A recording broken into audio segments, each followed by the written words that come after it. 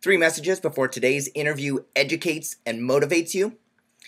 First, if you're a domain name investor, don't you have unique legal needs that require domain name technical know-how and industry experience? That's why you need David Westlow of Wiley Ryan. Go search for David Westlow on Domain Sherpa, watch his interview, and you can see for yourself that he can clearly explain issues, can help you with buy-sell agreements, deal with website content issues and UDRP actions, and even help you write your website terms and conditions. David Westlow is the lawyer to call for internet legal issues. See for yourself at newmediaip.com. Second, managing multiple domain name marketplace and auction site accounts is a pain. Inevitably, you forget to sign into one and you lose a great domain, or worse. Now imagine using a single, simple to use and comprehensive control panel to manage all of your accounts. That's Protrata. You can set up search filters, analyze domains, automate bidding, list domain names for sale, buy domains across all major marketplaces. Protrata also has a new semantic engine that builds Google-friendly websites with rich content and network feeds. Sign up at protrata.com to get 20 free credits and start building and monetizing your domains today. Finally, if you have questions about domain names, where should you go to ask them? The answer is dnforum.com. Not only is DN Forum the largest domain name forum in the world, it's the best. You can learn about domain names and the industry, buy and sell domain names, talk about the domain name news that's happening in the industry, and even meet domainers just like yourself. Register for a free DN Forum account and begin advancing your skills and knowledge today. And when you do sign up, send me a friend request so we can connect on DN Forum. Here's your program.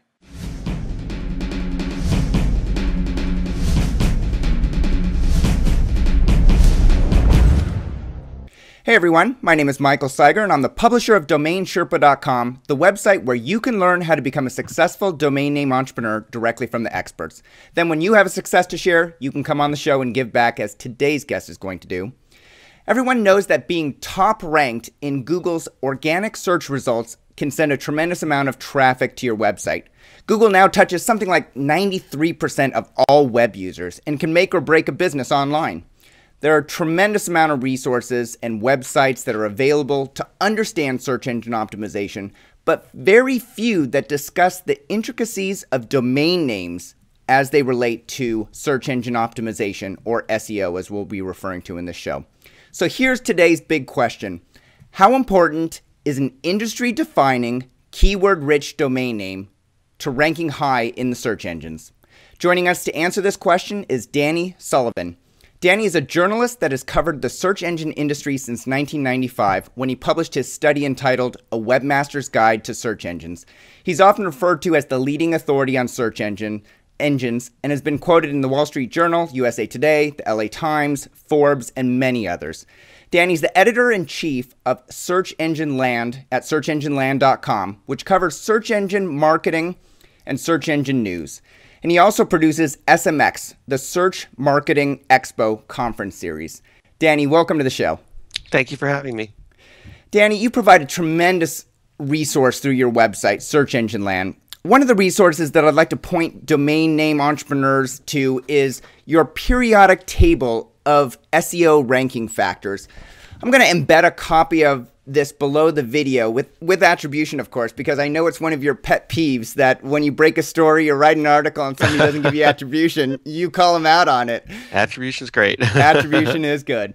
So I'm going to embed a copy of it below the periodic table of your SEO ranking factors so people have access to it. But tell me, Danny, what was your intention for creating this table? I wanted to give people some kind of a framework to understand some of the most important things that they should be focusing on with SEO and how to weight them. And so I think people are familiar that there are all these different signals, and if you're really into SEO, people will start debating whether or not things like, hey, anchor text at the top of the page might be more important than anchor text in a link at the bottom of the page. And I felt like people were perhaps getting a little bit too lost in the weeds or not seeing the trees for the forest, that sort of thing. And so the chart was designed to say, yes, there are a whole bunch of major factors that people need to consider. But these are the ones that have been kind of standing the test of time. Some of them are a little bit newer. Some of them are very old favorites, like, say, header tags. and also to give people some kind of a framework as to the importance of them. So every factor that's on the chart, there's a color code, and it kind of gives you a weighting. So it tells you, this is like on a scale of 1 to 3, really a 3 is really important. Yeah. A title tag, what the titles are, your pages are. Did you use a header tag? Yeah, it's a little less important. You're probably going to be fine with it. And it was also designed to explain that it's not that any one of these things is more important than the other. Yes, URLs and the keyword or the domain name might be helpful, but they need to work in combination with all these other factors in the way that elements work in combination, so that you end up, I suppose, with gold rather than something that's not gold. Right. Okay. So I'm looking at your table right here. I have my copy here, and I can see that you've got on-page SEO, your off-page SEO, you've got some violations, and you've got some blocking areas. So all these things work together. You're not saying one is more important than the other. So whereas you might look at the periodic table in chemistry and say, well, these factors or these elements are heavier, these elements produce more, electrons, these have whatever. You're not necessarily saying that CQ here at the top is more important than CF. You're just saying they all fall under content, and these are... Well, in terms of being a content factor, the quality, the CQ of your content is much more important than anything else. And in fact, the way the chart runs, that top corner says, it all begins there. So if you're hoping to succeed and you don't have that, it's a serious drawback to all the other factors coming into play. But it is correct that it really is that these things have to work in combination, that you might not have all of them, but the more that you have coming together and the more the important ones you have coming together, the better off you're likely to be. So it's sort of like, if you want to make water, you need hydrogen, you need oxygen. And you can have all the hydrogen you want, and if you don't have any of the oxygen to go into it, you're not going to get water. So if you have the greatest keyword-rich domain name in the world, which is actually a factor on there, but you don't have the quality content to go with it, you just may not get the rain. Yeah, well, and that great analogy. So, we serve we serve everybody that's interested in domain names here on Domain Sherpa, and it could be somebody that's brand new, starting a business in the U.S. There's over 500,000 per year started in the U.S. It's the lifeblood of the American economy, all these small businesses. And a lot of them want to have an online presence, and a lot of them don't understand how to get their domain name. SmithPlumbing.com. I'm Joe Smith. Why can't I get my domain name? It's just sitting there. Nobody's using it. And so we're trying to help educate how important is Smith Plumbing to ranking high when somebody searches for Smith Plumbing, and will Jim Smith Plumbing work just as well? So those are the kinds of things that we want to answer, but also we have a lot of people that watch the show who are domain name investors that have fantastic domain names like searchengines.com or, what have you, premium domain names. And so what you're saying is domain names is a factor on here, and I'm going to ask you which element it is, but it all starts in the top left-hand corner with CQ, which is the quality of the content that you're producing on that website. Right. So it is a factor, and I don't have my copy with me to bring it up, but I believe it's under the site architecture column, and I believe it's probably ranked around a 1 or something. It's a nice thing to have if you can get it. But yep. From my perspective, if you're thinking about domain names, the first thing you're thinking about is if you have an existing brand. Right? Because you can have the great keyword-rich domain name all you want, but if you already have an existing brand and your name is Walmart, suddenly getting great places to buy stuff cheap.com doesn't necessarily work with all the other things that you're going to be doing. Right. And in the case of, Joe Smith Plumber, if that's what they're known as, if they can get a name that kind of matches it, I think that helps reinforce your existing customers. And, that's an important factor you don't want to give up on. I think a lot of the domainers that I've talked with, they tend to come into the space from the opposite direction, which is, I don't have an existing brand, but I've got an opportunity for a really good domain name, and I want to put that up and just watch the cash roll in. And that can still happen, and people will still guess at, and names. This is the way things used to be, is that you would type into Firefox used cars, and it would slap the two words together, throw on a .com, and away you go. Right. But that's changed ages ago, where the major browsers really will go through and try to conduct a search. So and people will still do that kind of guessing. Well, I'm interested in blue widgets. I guess there must be bluewidgets.com. So there's still value in getting all that direct traffic, and plenty of people do get it. Right. But if you're trying to make the leap away from just the direct traffic and you really want the search engine traffic, yes, having the keyword-rich domain could help a little, but really for the longer term success is going to be that you've got some content that stands behind that. Right. And I think a lot of domainers have gotten the idea that content means, okay, I've got Google AdSense for domains. Now all my that's ads my content, right? There's my content. What's the problem? And over the past year to 2 years, Google has really been focusing on saying, content means something that people are going to spend a little bit more time looking at, not just clicking away. And it's great that our AdSense for domain team wants to sell you all the ads, but over here on our search quality team, we're actually taking efforts to penalize sites that may seem to be too heavy in ads or don't have really substantial content, and even are stopping hosting that kind of content on the domains that Google itself owns. So the writing has kind of been on the wall for ages, and it's getting even more bolder, if you will, that is probably not going to help you in the long term. You really do need to have some kind of a content play that goes into it if you're looking to get maybe more value out of it than the domain name, than just putting it up and hoping you get a lot coming in. Now let me ask you about this, Danny, because I think a lot of people wrestle with this content question. So on one hand, you have the domain investors, let's say, that don't want to park it anymore because they know that maybe they understand that type-in traffic is going down, or pay-per-click advertising that Google AdSense is delivering is going down, or Yahoo is going down, or whatever. And so they want to develop it. And so they develop these, I've seen a lot, these lightweight sites. Maybe they have 10 pages or 15 pages of content, and they're focused on certain keywords related to that domain name, and they write it. But to your point, it isn't the kind of content that people are coming to that they're going to think is authoritative, that they're going to spend a lot of time in. If you had to quantify what a good website with quality content is, not by describing the content, but describing the experience that users are going to feel, that Google looks to when they say, okay, is this the kind of thing that we want to rank highly within our search engines? How do you describe those qualities? Well, I would say that what you're aiming for is a site that Google can't live without. That Google would think, wow, this is a really essential site, and that people in general would recognize, saying, this was a great resource on this particular topic. And if they didn't see it in Google search results, they would go, what's wrong with Google, not what's wrong with the site. That's really difficult to define beyond that, but it probably isn't that you hired somebody at, $5 a page to write 10 pages for you. It is that you'll have multiple pages, and you'll have really substantial content, and perhaps unique content that can't be found in other places as easily.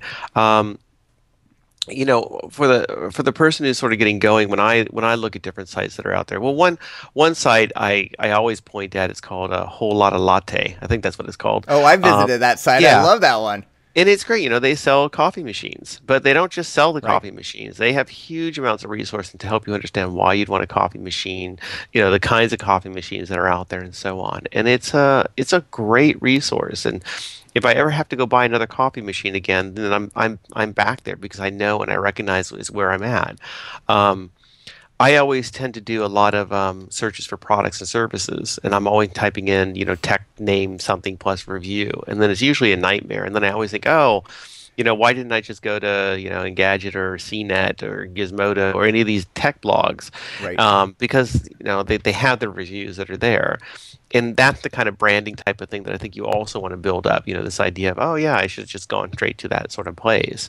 So, that it's that kind of content that you're looking for. It's content that someone's going to spend, a minute or 2 or 3 reading. And a minute doesn't sound like a long time, but it actually is. Yeah. And especially if you just have a lot of ads that are out on the pages. And directly in comparison to visiting a site, looking at it, and hitting the back button immediately back to the Google results or Bing results or what have you. And that's the challenge, I think, also for a lot of domaining sites is that they either are carrying ads or they're carrying affiliate links, and that's how they're going to make their money. Right. Their money is getting you, kind of like Google, off the site as fast as possible. Right. Which would be fine if you were a search engine like Google and you were known for that, but you're not. You're trying to actually be listed as a destination. That's what Google and Bing are trying to do, is list destination sites. Right. And so it may be pulling back a little bit on, the explicit monetization opportunities that, being in your face with the ads, or that's all that you're getting. It might cost you on the short term, money that you might be earning, but it might gain you better on the long term because, potentially you start getting search traffic that you weren't getting before. Now you've gone beyond the type in, hopefully you're still getting that as well. Yeah. But better is if you've kind of taken that keyword rich domain name and built it into its own brand that people are starting to recognize and they're searching for themselves in Google, not just to find the generic terms you're relevant for, but to find the site. Well, now you have a domain that really ought to be something that's attractive to someone else to perhaps buy and say, I want to do something with this. Yeah. Okay, now let me contrast that website where people, where let's say domain investors have put up a 6-page mini site and it's really optimized for a few keywords and it doesn't have much content. So we've clearly identified that search engines don't want to have those sites that aren't destination sites, that aren't providing a tremendous amount of content that users cannot live without, right? That's what Google wants. Now, contrasted to Joe Smith Plumbing that I mentioned earlier, Joe Smith Plumbing is a website that probably doesn't provide a lot of content, is 6 pages, is probably the #1 search result when somebody is searching for Smith Plumbing in my city because he's located in my city. Right. And it's probably pretty thin content because he has some, a name and address, maybe him and his wife's picture, not a lot of information. So how does Google or Bing know that that's actually a good site with good content, even though it's thin and mirrors a lot of this made for Google AdSense type sites that are out there? So if you're a real bricks and mortar kind of business, there's going to be a whole bunch of cues that they're going to see. First of all, you do your search on Google or Bing, and they already know where you're located.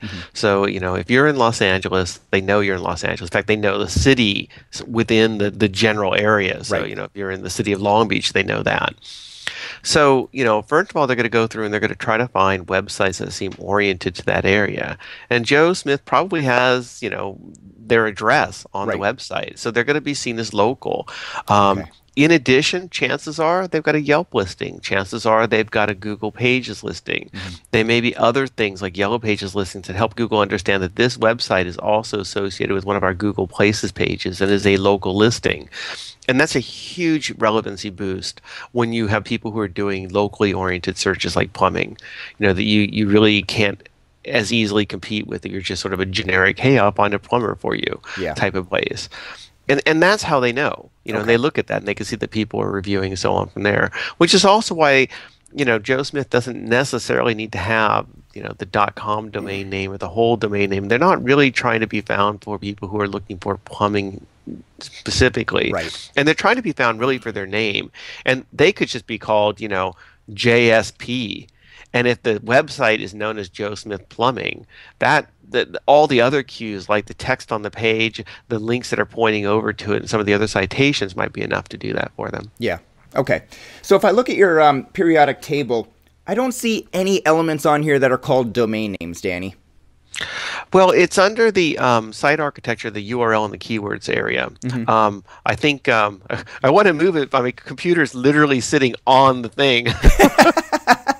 If I slide it over here, it's the AU, the URLs, and I'm trying to think of how I'll put myself back here. URL short containing keywords to the topic. So Right. It's considered to be part of that. Okay. And so that can mean both you have a website and the URLs within the website itself.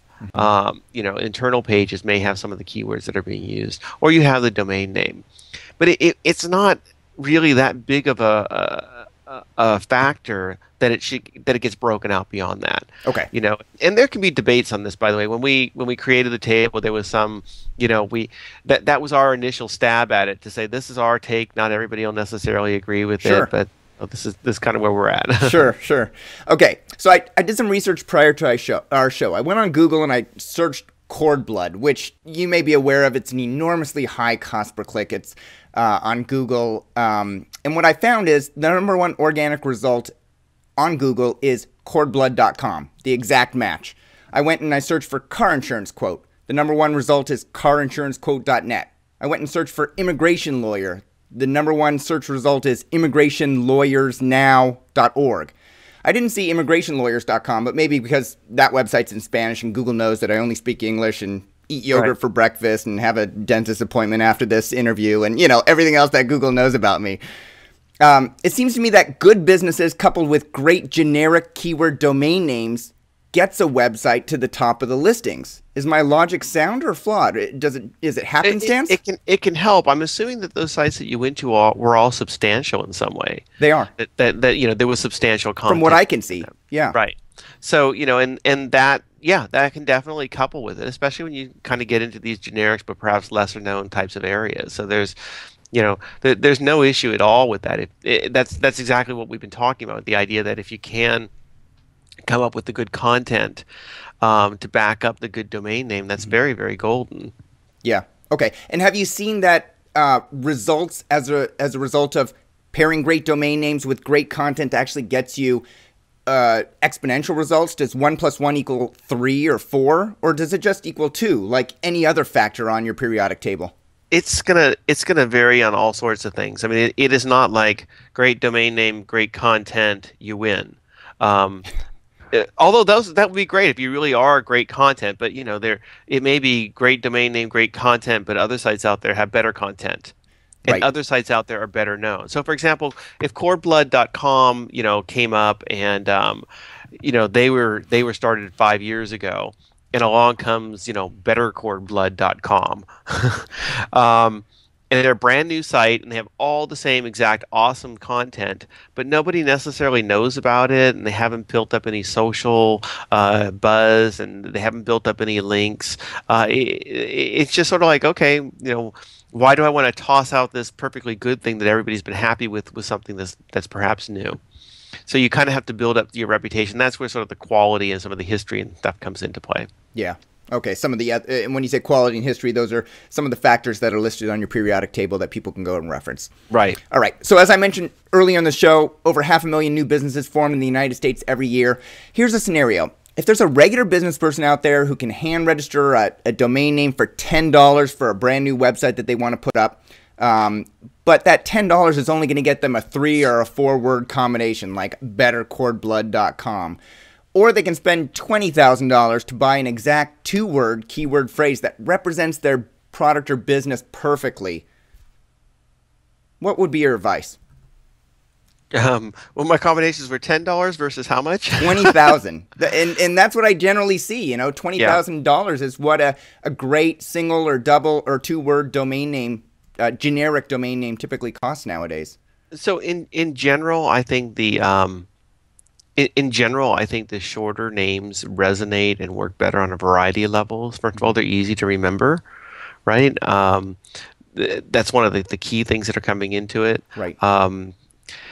Actually, that's probably the main thing that's coming into it. I think the mistake that sometimes domainers think is, well, I'll get a bunch of the words in my domain name. And actually, one of the signs I tend to feel like of something that's low quality is when I go to, you know, better-cord-blood-products-now. Yeah. You know, you don't see a lot of hyphenated domains, I think, doing as well as you used to in the past. In part, it's because the search engines, I think, have seen that as a high correlation between sites that can be very spammy, and so, it's maybe something you kind of want to avoid. Mm-hmm. Now now you can get all those words sort of combined, and the search engines seem to be doing a better job of understanding if you're cordblood.com, that those are 2 different words that are in there, and pulling them out separately like that for you. Even if they're all put in the same. I'm kind of curious. I wanted to do a search here, and when I do a search for cord blood, if you do a search for cord blood on Google, you'll see that the URL and cord blood, both of those words, that word will be highlighted. Right. The word cord blood is one word, They're even bolded. though you did bolded, even though you search for the word separately in 2 different words, and then telling you that Google's understanding that even though the words are together, I understand that they're related to them being separately. Mm-hmm. So I think the hyphenated pressure kind of has gone away over time. Yeah. And then that brings you back to, do you just kind of want to have a short, easy to respond URL? There's been a variety of researches, reports where they have found that people, when they're searching, they're looking at things that are linked in the search engine, tend to prefer shorter URLs. But it's a balance. I mean, 20,000 can be a lot. Yeah. And there are plenty of cases where people have done well with domain names that don't have any relation to what they're searching for. And do your search for books, and you're going to get both. Amazon is like the classic example, right? They rank for books, and books is not in their domain name.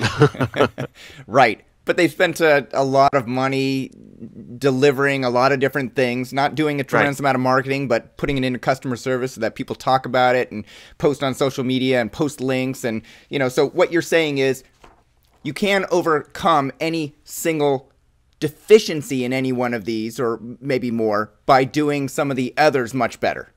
Yeah, I mean if you're low in one area but you're high in many other areas, that can definitely have an impact on you. There are plenty of sites that are built, for example, all out of Flash, and they don't have the content that can be read by search engines as well as regular HTML copy.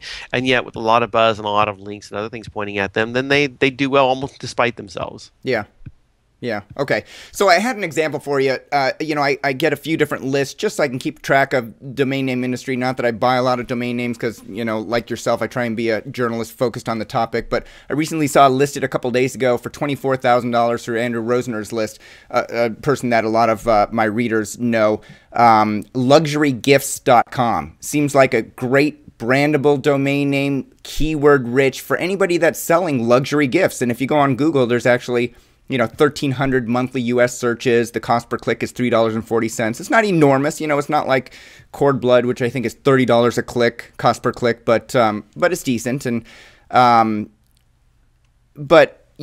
another one of my scenarios. Should somebody spend that $20,000 to have that domain name that represents their entire business, that gets bolded in the search results at Google, versus buying, Danny's Fine Offerings.com.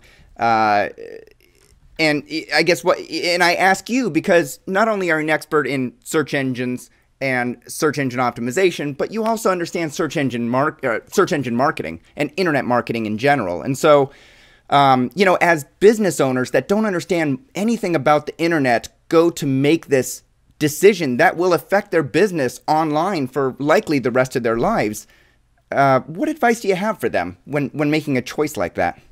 Between the more generic name and the name that might resonate more as a brand, right? Luxurygifts.com versus a name that is more brandable, that they need to then overcome some of these a deficiency in the keyword in the domain name with. I think that if you're in an area and you can get a nice keyword rich domain name that makes a lot of sense, sure.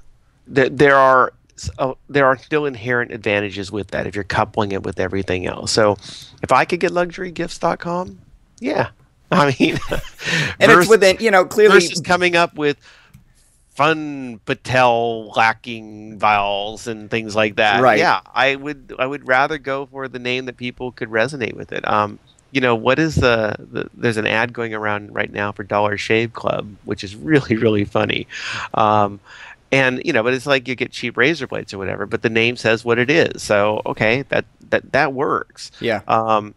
So if you don't have a brand already, going for that kind of name, I think that would be awesome. But there is that balance to how much it's going to cost you to get it versus building it up on your own and kind of going with it from there. Okay, so that's what new business owners should wrestle with. Right. Okay. I mean, at some point you just might not have the money. And I think that if you don't have the money to do it, I think you should also understand that, yeah, you can start off from scratch. Plenty of people do. Yep. Okay. All right. I want to switch to the new TLDs that are coming out. One of the elements on your periodic table is TH for trust history. You describe it as follows, quote, has the site or its domain been around a long time operating in the same way? I interviewed Juan Calle, the CEO of .co SAS, which is the registry operator for the .co top-level domain. You may have seen them all around the news, Danny. Yep. They're, Overstock.o.co, GoDaddy has X.co as a shortener, Twitter uses T.co.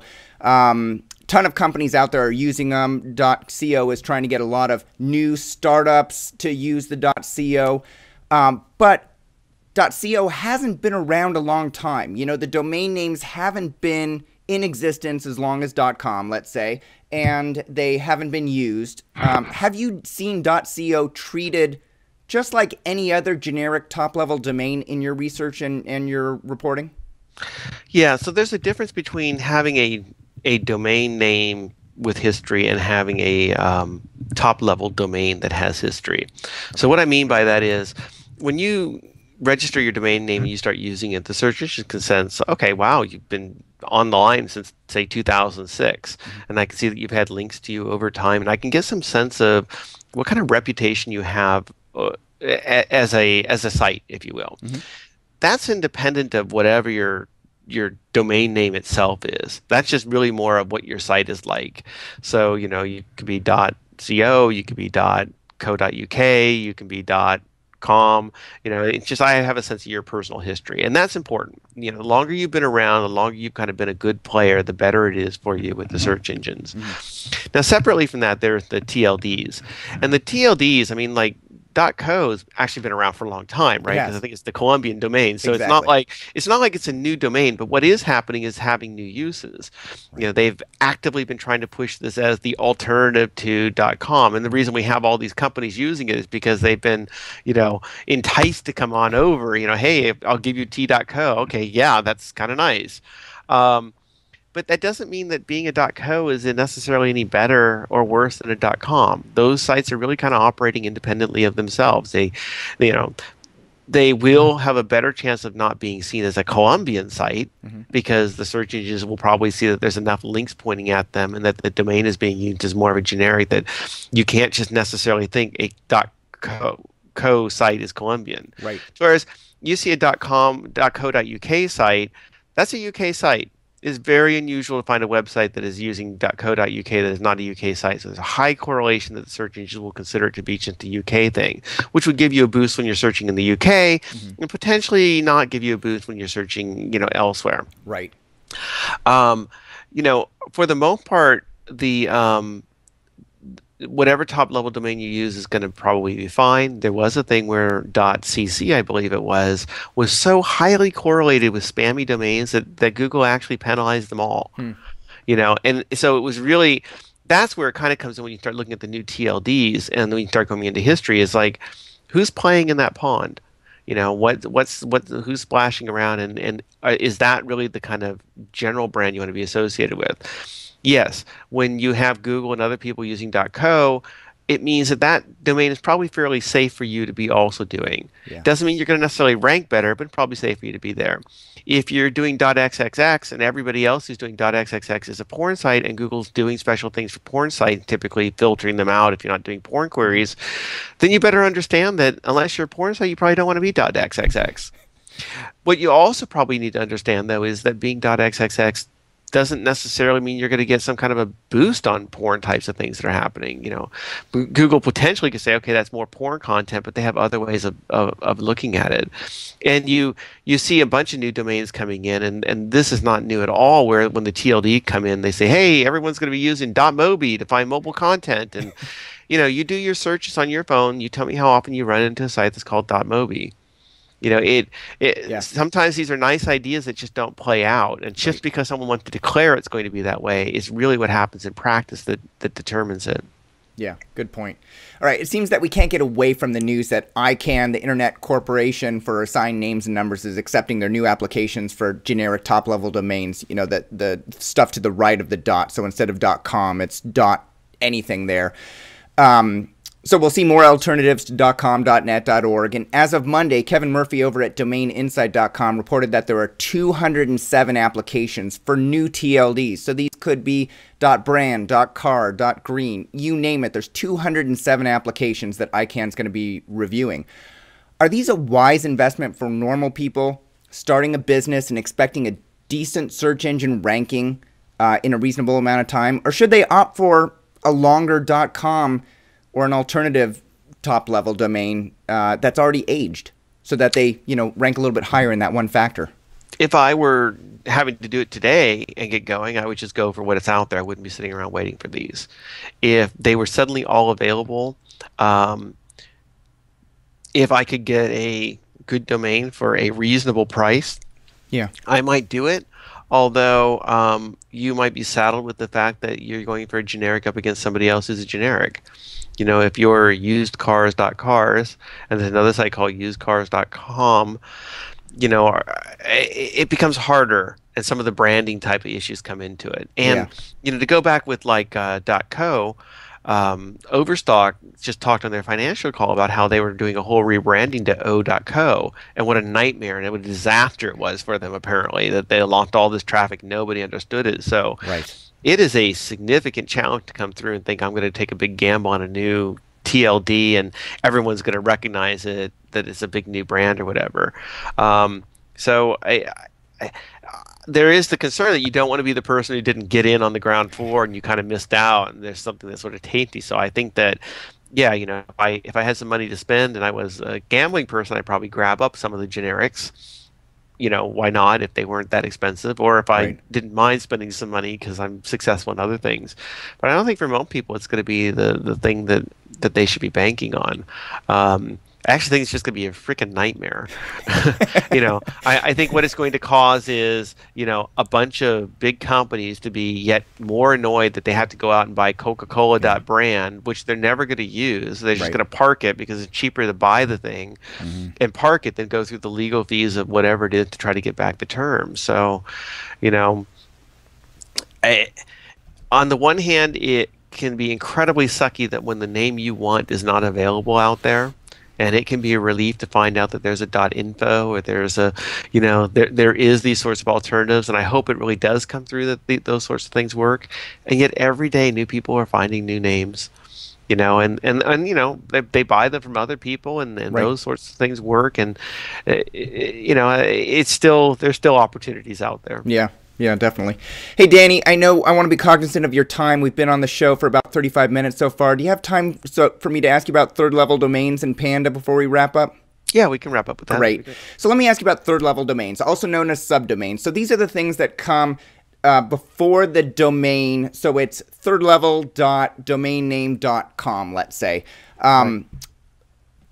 In your research, would gifts.luxurygifts.com rank slightly higher for people searching for luxury gifts because it has gifts twice in the beginning part of the domain name? You know, what factor does third-level domains play in ranking higher with respect to keywords in the URLs? They used to have a factor in that they would be seen as a distinct site. And therefore, you potentially could have, you know, luxury gifts being listed and gifts.luxurygifts being listed as well. The search engines have kind of gotten savvier about that, and they treat them in various ways. For the most part, I wouldn't be doing the subdomains for any reason other than I have a substantial website that deserves to be out on its own.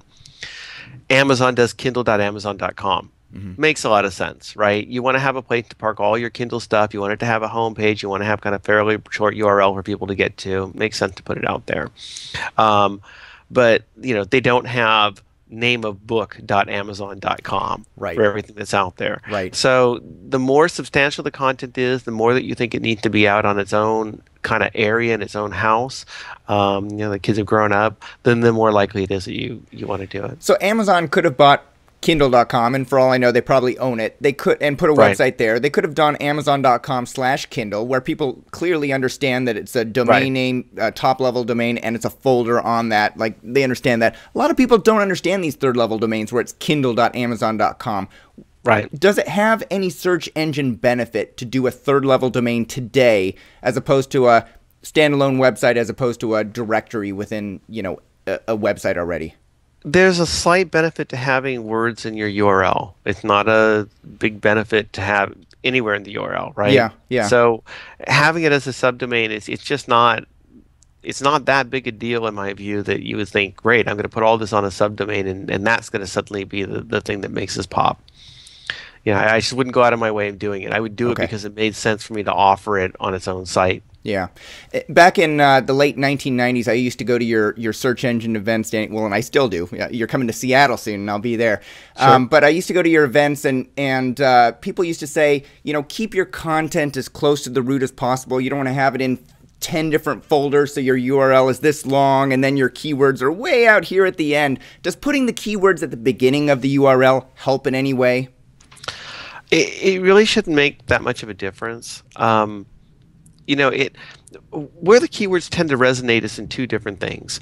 Someone takes the URL of your article, your story, or whatever, and they put it onto a page, or they put it into a tweet, and it turns into a link, and the words themselves being in the URL get seen as actual words. Yeah.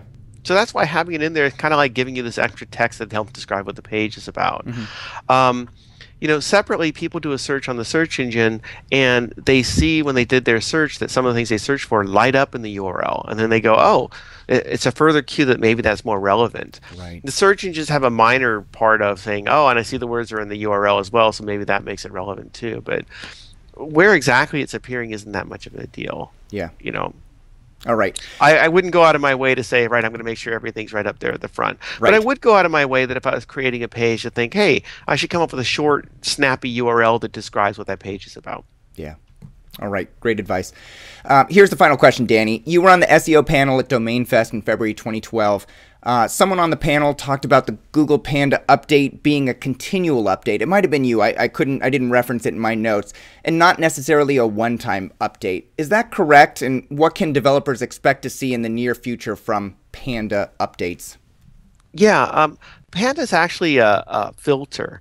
And you can visualize. We did an infographic about it actually at Search Engine Land, but you can visualize it as Google periodically, maybe every 3 weeks or so, takes all the content it has found on the web and sifts it through this filter, and things that it decides in the filter that are too light in content get stuck. You know, everything else falls through, and then it looks at all the stuff it's kind of filtered out and says, all right, you're all being tagged Panda, Panda, Panda, Panda, Panda. And if you have enough Panda content within your website, then your whole website kind of gets tagged as being a Panda-based website, and you don't do as well for that website. Now, then you make a bunch of changes. Everybody else makes changes, and every 3 weeks or so, Google comes along and it filters everything out again, and it changes that filter. Right, it realizes, hey, I had a hole here. I'm going to fix that hole, and this was not catching the right kind of stuff. So they have a different kind of filter, until the Panda filter. They've just kind of fine-tuned it, and so some things slip through, and that we're getting caught before because the filter has been changed. Some things get through that were caught before because they've changed and they actually are different, and new things may get caught. And yeah, that's not going away. That's a fact of life at this point. So when I'm cooking my dinner and I'm filtering my lettuce and whatever else and washing it, like, I can see what's going through my sieve and what shouldn't have gone through and what did go through. When Google's looking at billions of pages out there and sifting everything through it, how do they know when there's a good site that got tagged Panda or a bad site that didn't get tagged Panda when they're dealing with like massive quantities like that? And how do I notify them if I'm a small business owner that maybe got tagged? Or they find it in a variety of ways. They do their own internal testing, and so people might say, hey, you know what, we see that the quality has gone down. They have a bunch of reviewers who go out there to try to figure things out. They hear complaints, and they suddenly go back and they go, oh, right, this was really a prominent site. It kind of disappeared. We need to go fix that thing up, and they can kind of pick up with it that way. But they also miss things. Yeah. Things will get through and things will get missed, and that's going to be a problem. Sure. What's the best way for a small business owner to notify Google if they think they might have been tagged or filtered inappropriately and try and get somebody to look at it? You can file a reconsideration request with Google. The problem is it doesn't really it's not considered, Panda's not considered, in their sense, something that they would reconsider. That they would just consider it part of a filter. So right. But you can try it anyway and see what happens with it from there. Maybe they'll take a look at it. All right. And if I search reconsider request on Google, I hope that it's in Google Webmaster Central, and they have a form out there. Webmaster Central. All right. Great. All right, if you have a follow-up question, please post it in the comments below, and I'll ask Danny to come back and answer as many as he can. He's got a pretty full schedule, and I appreciate you, Danny, peeling off a few minutes to chat with us. If people want to follow you, Danny, what's the best way that they can do that? Do you have a Twitter account or a Google Plus account or anything like that? Yeah, I'm Danny Sullivan, DANNYSULLIVAN on Twitter. On Facebook, it's the same thing, facebook.com/my name. On Google Plus, you kind of have to search for me because they have those really long URLs. Or if you go to Search Engine Land, you find any of my stories. All the URLs are down there. All right. I'm going to urge the audience, as I always do, if you receive value out of this interview, please take a moment and say thank you to Danny. Send a tweet, Google Plus one of his pages, post a comment, go over to searchengineland.com. His conference company is at searchmarketingexpo.com. If you're going to be in Seattle, send me an email. Let me know that you're going to be there. It's coming up this coming June, I believe. Right, Danny? That's right. All right, in Seattle, Washington. And you've also offered some internet marketing training courses nowadays. I haven't seen those before. We have. We actually just recently moved them into our Search Engine Land Pro area. So within Search Engine Land, I think it's $199 a year. We have both training courses that are there, as well as content from some of our past shows, and the guide. That periodic table actually has an associated guide that goes with it, and that's a PDF that you can download and read. So there's a lot of material that's out there to try to get people up to speed. Great. And that is at imtcourses.com for the transcriber. Danny, yeah. Yep. That should redirect you over there. We moved it back over, so it's all within searchengineland.com, and you just click on the little pro link at the top. Gotcha. All right. Danny Sullivan, Editor-in-Chief of Search Engine Land at searchengineland.com. Thank you for being a domain Sherpa, sharing your search engine expertise, and thank you for helping others become more successful business entrepreneurs. You're welcome. Thanks for having me. Thank you all for watching. We'll see you next time.